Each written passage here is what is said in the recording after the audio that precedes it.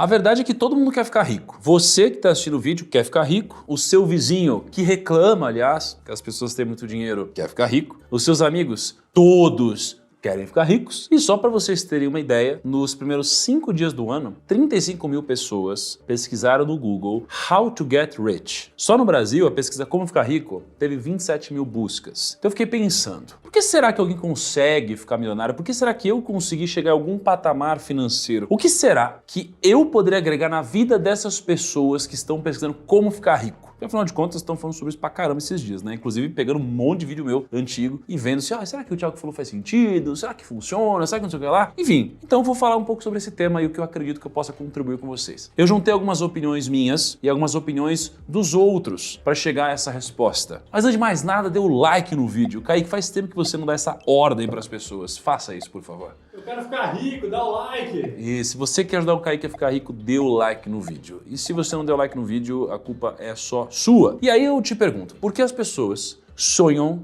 em serem milionárias? Parece óbvio, né? Aliás, que ridículo isso, né? Uma pergunta meio ridícula, é óbvio, né? As pessoas, por que será que elas sonham? Bom, se você pesquisar na internet, você vai encontrar uma série de motivos para você ficar milionário ou rico. Mas tudo se resume a duas coisas. Primeiro é status. Tá? Status e ego é um jogo de soma zero. Você vai atrair pessoas que vão querer ganhar para si em prol de perdas para você. Isso aqui é a primeira coisa. Segunda coisa é a liberdade. Eu tenho basicamente 3 tipos de liberdade. Você tem a liberdade financeira, que é, por exemplo, levar a sua namorada em um restaurante caro sem culpa. Você tem a liberdade geográfica, que é você poder almoçar como sushi, sei lá, alguma coisa assim, onde você quiser.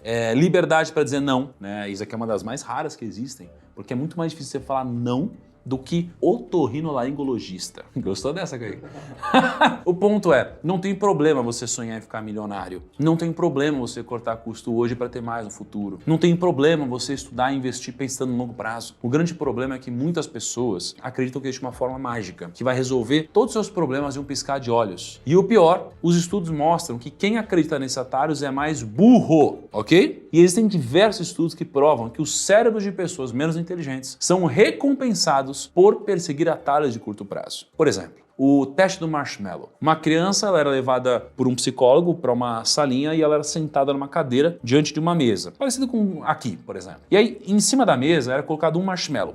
Colocar o marshmallow aqui. Depois, ele dizia para a criança que iria sair da sala, ia deixá-la sozinha com o doce. E se ela não comesse o doce, ela ganharia mais um quando o psicólogo voltasse. Se comesse, não teria o segundo doce. Qual foi o resultado? Aquelas que agiram com autocontrole durante o teste tiveram maior autoestima no futuro, melhor desempenho na escola, no trabalho e ganharam mais dinheiro durante a vida. Então vale ressaltar que não é porque você tem 30 anos e você não alcançou o seu primeiro milhão que você está fadado ao fracasso. Tem um cara chamado Thomas Corley que fez muitos conteúdos interessantes sobre hábitos milionários, né, o primeiro milhão, etc. Ele calculou a média mundial de idade que os milionários ficaram milionários. E esse foi o resultado. 1% ficou milionário até os 40 anos. Só 1% de toda a população que ficou milionária antes dos 40. Então imagina, milionários são poucos. Desses poucos, só 1% dos poucos ficaram milionários antes dos 40. Vai ser o seu caso, hein, Kaique? Vai ser o meu caso. Mas aí também é milionário em dólar.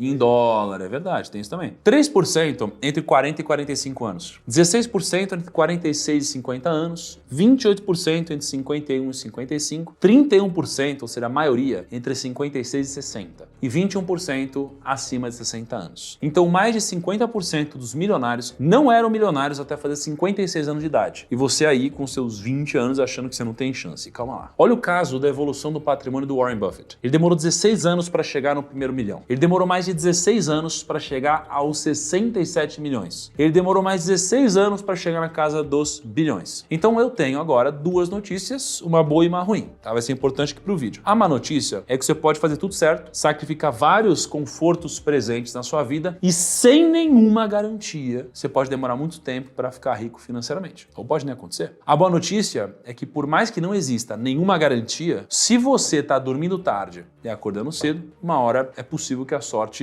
ela bata na sua porta. Hoje no Brasil, 259 mil pessoas deram a sorte e são milionários. Os 10 países com mais milionários são Estados Unidos em primeiro com 18 milhões de milionários, China com 4,4 milhões de milionários, Japão com 3 milhões de milionários, Inglaterra com 2,4 milhões, Alemanha com 2,1 milhões de milionários, a França com 2 milhões, Itália com 1,4, Canadá com 1,3 milhões, Austrália com 1,1 milhão e a Espanha com 979 mil. E um pequeno disclaimer, é claro que várias dessas pessoas realmente deram sorte e elas se tornaram herdeiras. Mas olha esse dado da Forbes, que interessante. Em 2002, 52% dos bilionários globais da Forbes enriqueceram por esforço próprio. Em 2011, 69% dos bilionários globais da Forbes enriqueceram com esforço próprio. Em 2021, dos 493 novos membros da lista, 84% enriqueceram por esforço próprio. E por conta disso, eu resolvi perguntar para algumas pessoas o porquê elas acharam que eu me tornei milionário. Então, eu vou separar aqui as dicas que eu tenho para te dar e que fazem sentido na minha cabeça, fazem sentido em todos os estudos que eu fiz e fazem sentido em todas as pessoas que eu conheço que são milionárias e que são bilionárias. E eu conheço bastante gente assim, tanto no Brasil quanto fora do Brasil. E depois eu te compartilhar alguns temas interessantes que eu saí perguntando aqui pelo escritório, eu perguntei para amigos, perguntei para empreendedores, porque eles acham que eu consegui atingir esse resultado. Eu vou compartilhar com vocês alguns desses aprendizados aqui que eu tive. Vamos lá, 7 dicas, pelo menos, para você chegar ao primeiro milhão ou te ajudar na vida, tanto faz. Cara, eu não consigo entender. Eu boto um vídeo com dicas de como você atingir o primeiro milhão. As pessoas, elas acham que eu estou prometendo que elas vão chegar no primeiro milhão. Faz sentido isso na sua cabeça? É só um insight, amigão. São insights, cara. Assim, Correr atrás. Por que eu faço o que eu faço? Porque eu quero despertar em você novas perspectivas. É isso que eu quero fazer. Eu quero despertar em você um pensamento de segundo nível. Vamos lá, foca aqui. Qualquer idiota pode derrubar um celeiro, mas você precisa de um carpinteiro para construir um. E essa frase não é minha, ela é de um escritor e professor de Harvard chamado Steven Pinker. Eu concordo com cada palavra dela. Para você construir um celeiro, você vai precisar preparar a fundação, construir uma estrutura sólida, você vai precisar de material, como madeira, prego, concreto, você vai precisar de um projeto bem consolidado, vai precisar de licenças, vai precisar de um sistema de drenagem, aí você precisa de gerenciamento e manutenção. Ou seja, é um trabalho animal, não só para construir, mas para gerenciar tudo. Agora, se você quer derrubar um celeiro, basta você ter, sei lá, um isqueiro, gasolina, tacar fogo em tudo e, de certa forma, a mesma lógica se aplica com dinheiro. Torradinha é muito fácil. Qualquer idiota pode gastar R$1 milhão, mas nem todos têm a capacidade para fazer R$1 milhão. E dito isso, eu separei aqui, tá? 7 dicas, um pouquinho mais que isso, e que não só vão te ajudar, como me ajudaram a chegar no meu resultado e que talvez você já conheça, já tenham visto publicamente. Primeiro de tudo, efeito suco de laranja. Você precisa entender o efeito suco de laranja. Quando você vai no mercado comprar suco de laranja, sempre tem aquela opção de suco concentrado. Para você preparar o suco, você dilui o suco concentrado com água e talvez você até coloque um adoçante, né? E pronto. Tá legal, já dá para tomar. Mas o que acontece se você tomar até metade do suco e depois preencher com mais água? E depois tomar de novo até metade do suco e preencher com mais água? E você repete esse processo várias e várias vezes. A cada diluição, o sabor e a intensidade do suco de laranja, eles vão sendo gradualmente reduzidos. E com o nosso dinheiro funciona da mesma forma. Em 1994, R$1 milhão eram R$1 milhão. Em 95, R$1 milhão eram 1.361.000. Em 96, 1.563. Em 97, 1.658. Em 2000, 1.900.000. Em 2005, 2.800.000. 2010, 3.600.000. 2015, 5 milhões. Em 2020, 6.234.000. Para ter o mesmo poder de compra de 1 milhão em 94, você teria que ter hoje mais ou menos 7.757.000. Nossa! Loucura, né? Muito dinheiro. Por isso que no passado é, nossa, eu sou milionário. Hoje, milionário, bicho. Então, o que teria acontecido se você tivesse investido 1 milhão no Tesouro Selic em 94? Em 94, R$1 milhão era 1 milhão, como eu falei. 1 milhão no Tesouro Selic em 95 era 1 milhão e 500. Em 96, 2 milhões e 150. Em 97, 2 milhões e 600. Em 2000, 5 milhões e 200. Em 2005, 12 milhões. Em 2010, 22 milhões. Em 2015, 36 milhões. Em 2020, 55 milhões. E em 2023, 69 milhões 350 mil reais. 1 milhão é uma marca que todos buscam. praticam, mas projetar sem considerar a inflação é um erro. Ou seja, a primeira lição aqui para você se tornar milionário ou crescer financeiramente é entender que o dinheiro perde valor no tempo. Então você tem que parar de comprar besteira, coisa que dá prejuízo. E é o que todo mundo te recomenda aí. Ah, seja feliz, gasta no que você quiser. Não segue os conselhos, não. A maioria das pessoas dos conselhos são fracassadas. Pega e compra o que vai crescer, compra ativo, compra o que vai fazer o seu dinheiro se valorizar. Porque dinheiro perde valor. O governo imprime dinheiro toda hora, o mundo imprime dinheiro. Você tem cada vez mais dinheiro para a mesma quantidade de bens. Invista em valor. Segunda coisa, quite a matemática do intermediário. Eu te mostrei que a inflação corrói o poder de compra. Então, como se proteger da inflação? Comprando ativo, como eu falei, que repassam preços, ou seja, investindo. Logo, a primeira coisa que a gente deve fazer é investir, não necessariamente. Essa lógica tem um problema, a matemática do intermediário. A lógica da matemática do intermediário é a seguinte, a lógica do intermediário funciona com 3 pilares. Primeiro você tem o poupador, que é aquele que deixa o dinheiro no banco. Aí 2, você tem o devedor, que é aquele que pega empréstimo no banco. E 3 é o intermediário, aquele que empresta. O intermediário financeiro é um banco. Todo banco faz uma matemática para ganhar dinheiro com uma coisa chamada de spread bancário. Ele pega dinheiro do poupador, empresta para o devedor, remunera o poupador e ganha a diferença. Tudo isso com um dinheiro que nem é dele. Hoje no Brasil, 78,3% das famílias estão endividadas. São os devedores. E essas famílias têm 2 opções: investir ou quitar as dívidas primeiro. Qual que é o problema? Os juros da dívida geralmente são muito maiores que os juros do investimento. Segundo o Banco Central, as instituições financeiras cobram em média 411,5% de juros ao ano no crédito rotativo, dá 14,5% ao mês. Então vamos supor que uma família endividada junta R$1.000 e tem 2 opções. Primeiro, investir em títulos públicos pagando 1% ao mês. Segundo, quitar as dívidas e acabar com a matemática do intermediário. No primeiro mês, supondo um investimento de 1% ao mês, R$1.000 virariam R$1.010. Se você estivesse devendo aqui, você teria esses R$1.000 virando R$1.145. Em 12 meses, investindo, seus R$1.000 virariam R$1.126, devendo virariam R$5.000. Em 36 meses, em 3 anos, seus R$1.000 investidos virariam R$1.430,77, numa dívida virariam R$130.000. Em 60 meses, os seus R$1.000 investindo teriam virado R$1.816 e na dívida você teria tido esses R$1.000 se tornando um passivo de R$3.375.430. Ou seja, os juros que você vai conseguir investindo raramente vão superar os juros das suas dívidas. Então acabe com a matemática do intermediário. O terceiro ponto é que você deve romper o tripé padrão da vida. Existe um tripé na lógica da vida que eu acredito muito, né? Você tem o dinheiro, o tempo e a saúde. Quando a gente é novo, a gente tem saúde e tempo, mas a gente não tem dinheiro. Quando a gente está no meio da vida, a gente tem dinheiro e saúde, mas a gente não tem tempo. E no final, a gente tem tempo e dinheiro, mas não tem saúde. A sua luta, ela deve ser para quebrar esse ciclo. Mas se ele se aplica à maioria das pessoas que você vai conhecer ao longo da vida e que você já conheceu, o que você faz? Você inverte a ordem. Quando você for novo, você vai trabalhar mais que todo mundo. Não é a hora da farra igual todo mundo te diz. Ah não, agora tem que curtir, tem que ir beber todas, tem que pegar geral.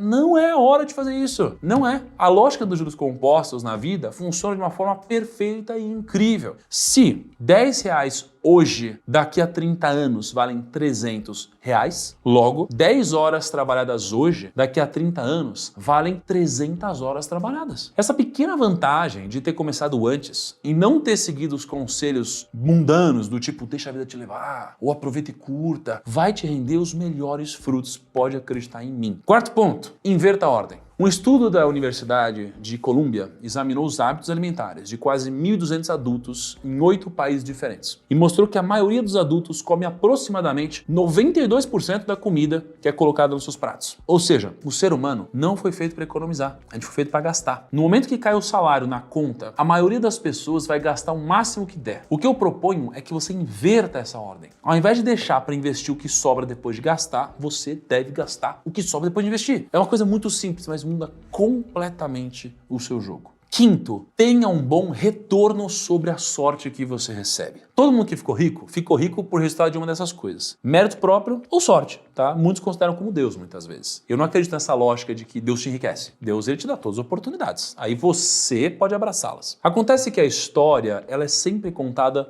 pelos vencedores. Os vencedores, eles odeiam dizer que eles tiveram sorte, mas muitas vezes eles tiveram. O Bill Gates, por exemplo, teria criado a Microsoft se a família e os professores não tivessem incentivado ele. Steve Jobs teria criado o iPhone se ele tivesse nascido na Zâmbia. Não sei. Será que Warren Buffett teria construído o patrimônio dele com ações se ele tivesse nascido na época de Pedro Álvares Cabral? O ponto é, a maioria deles tiveram uma grande parcela de mérito próprio, mas todos também tiveram uma parcela de sorte. Então, como ter mais sorte? Simples. Com convexidade. A sorte premia posições convexas. As situações convexas são situações que você pode ganhar mais que perder. Só isso. Exemplos. Amostra grátis no shopping. Não te custa nada e você pode descobrir um dos produtos mais saborosos da sua vida. Ou não gostar do sabor. Primeiro encontro. Você vai perder no máximo 3 horas. Você pode ganhar uma esposa, marido e filhos. Ou você pode ter tido 3 horas agradáveis. Investir. O próprio investimento em ações é algo convexo. Você pode multiplicar seu capital por 10 mil vezes ou perder 100%. Então, se você eliminar o risco da ruína, de perder o 100% através da diversificação, você vai estar muito mais convexo do que antes. E assim em todas as áreas da nossa vida. Investimento ou não. Só que ser sortudo nunca vai ser o suficiente. A gente só consegue o melhor da sorte quando a gente permanece em posições convexas. Se a gente não tiver em uma boa posição para aproveitar da sorte ao máximo, a gente sempre vai deixar dinheiro na mesa. Então pensa que, assim como Bill Gates nasceu onde nasceu, outras pessoas também nasceram da mesma forma, tiveram as mesmas oportunidades que ele e não chegaram no resultado dele. Por quê? Porque ele teve o maior retorno sobre a sorte. Então a sorte, ela vai com certeza cumprir um papel importante na sua vida, mas não é isso que vai definir para onde você vai. É claro que aqui é um pouco complexo, mas saiba que se a sorte definisse tudo, não teria gente nascendo com as mesmas condições e atingindo mais sucesso do que outras. Então uma parte é mérito seu.